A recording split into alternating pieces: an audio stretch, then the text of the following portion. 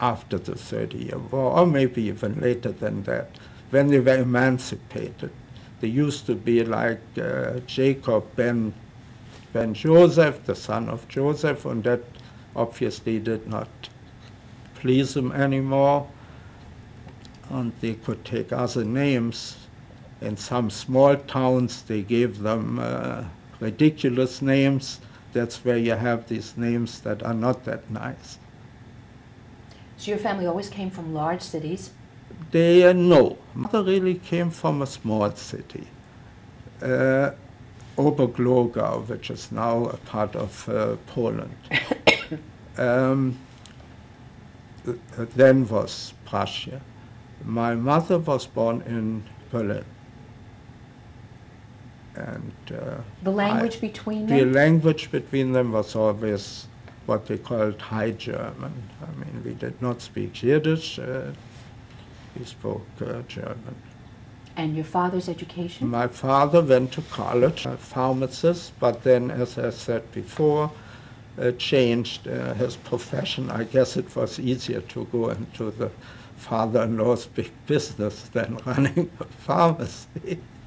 Did your parents ever travel through Europe? Yeah, we traveled quite extensively, and they took me along when they could, usually did. Like for my bar mitzvah, I was taken to Yugoslavia and to Italy, to Venice, which was considered a huge trip those days. Today, of course, laugh at that, but things have changed.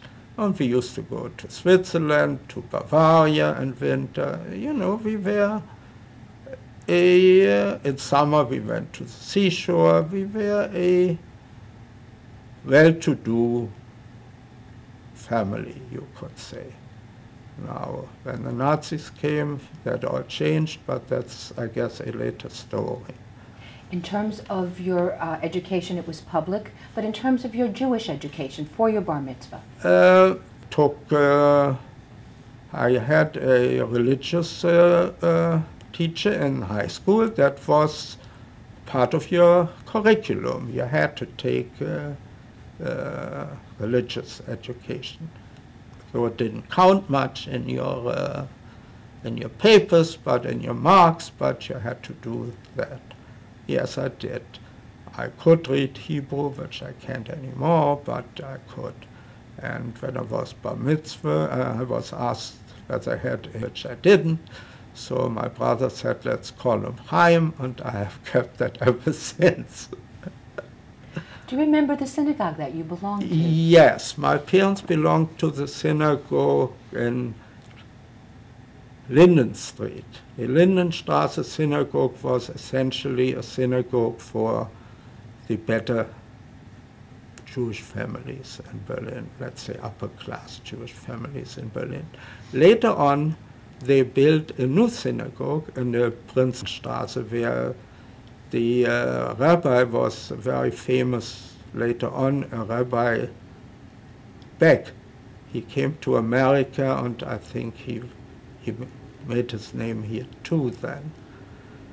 That we belonged to the Prinzregentenstraße afterwards. So that was Rabbi Leo Beck? Leo Beck. Leo, I didn't remember his first name, yes. He was a rabbi then. And we would go to a synagogue on High Horn, really not much afterwards.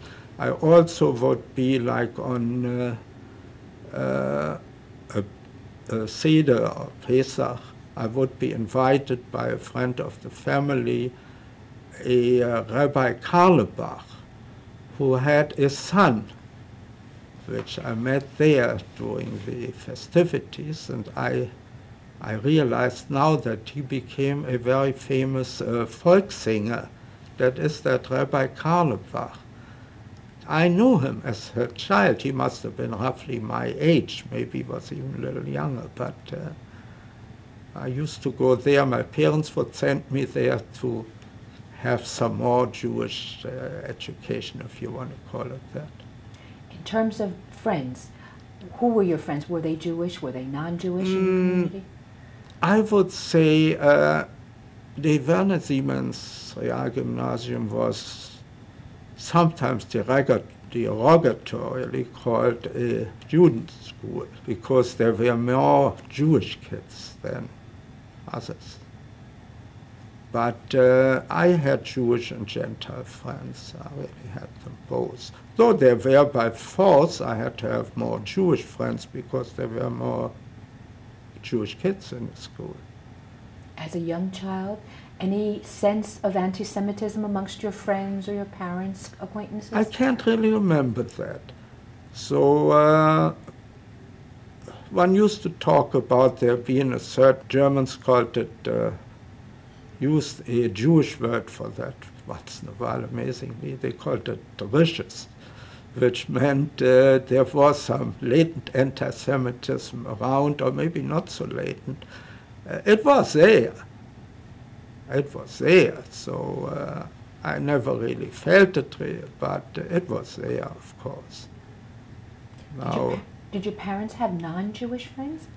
Oh yeah, we had non-Jewish friends, and even government people used to come occasionally. I remember these parties when I wasn't allowed to open my mouth, you know.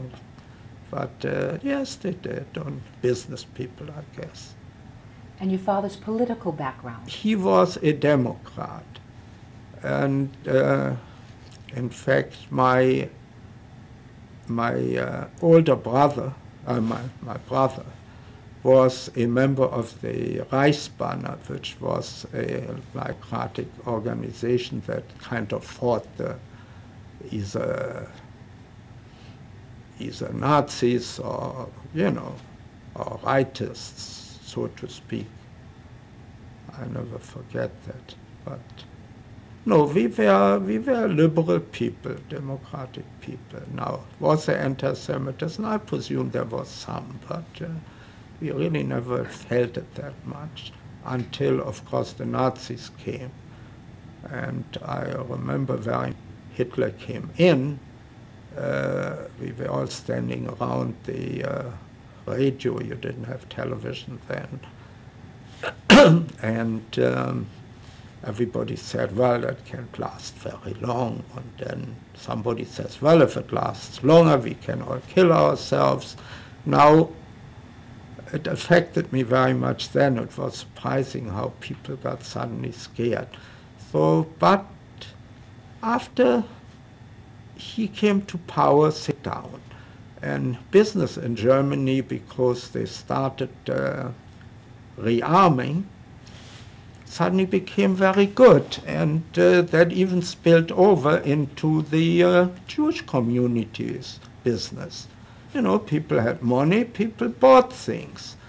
So life became so good, in fact, that my brother, who had fled to Paris as the Nazis took over, the night the Nazis took over, he fled to Paris through Czechoslovakia.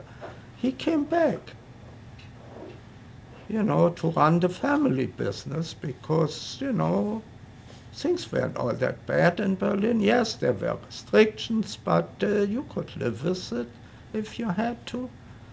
What were the restrictions that you recall in the very early period?